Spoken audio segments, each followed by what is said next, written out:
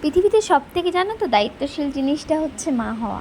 মা হতে গেলে যে কত কিছু স্যাক্রিফাইস করতে হয় এবং কত কিছু দায়িত্বের ওপর দিয়ে যেতে হয় শুধুমাত্র একটা মাই জানে।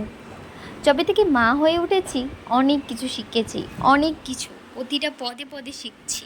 এখন অবধি শেখার হয়তো শেষ নেই, শেষ জীবন অবধি হয়তো শিখে যেতে হবে। মায়ের দায়িত্ব কখনো শেষ হয় না, সকাল থেকে শুরু হয়ে রাত অবধি দায়িত্বই করে যেতে হয়। সে দায়িত্বের আশা কিছু থাকে না, শুধুমাত্র ভালোবাসা ছাড়া। দেখুন, আমার মেয়ের কয়েকটা দিন ধরে প্রচণ্ড শরীর খারাপ। 3 দিন ধরে তো জ্বরে মেয়ে আমার ভুগছেই।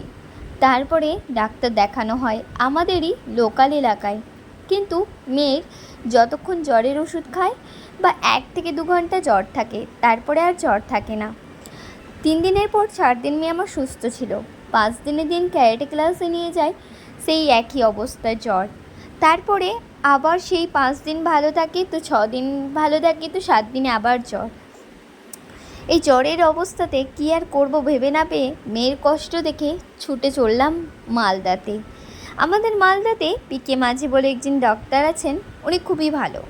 তাই ভাবলাম দেরি না করে, চারিদিকে যত অসুখ বিসুখ নিয়ে ছড়িয়ে আছে পৃথিবী, আর কোনো রিস্ক নেওয়া যাবে না। মা তো বুকের ভেতরটা সবসময় কাঁপতে থাকে, কোথা থেকে কি হয়, কেন হচ্ছে, এই সব ক্ষেত্রে মেয়েকে নিয়ে পিকে মাঝির কাছে আসাতেই অনেক রিলিফ হলো।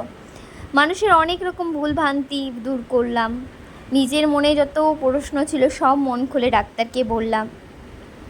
যাই হোক, শনিবারের মধ্যে যদি আমার মেয়ের আর জ্বর না আসে তাহলে কোনো রকম টেস্ট করা হবে না, আর যদি বাই চান্স জ্বর আসে তাহলে তো টেস্ট করতেই হবে।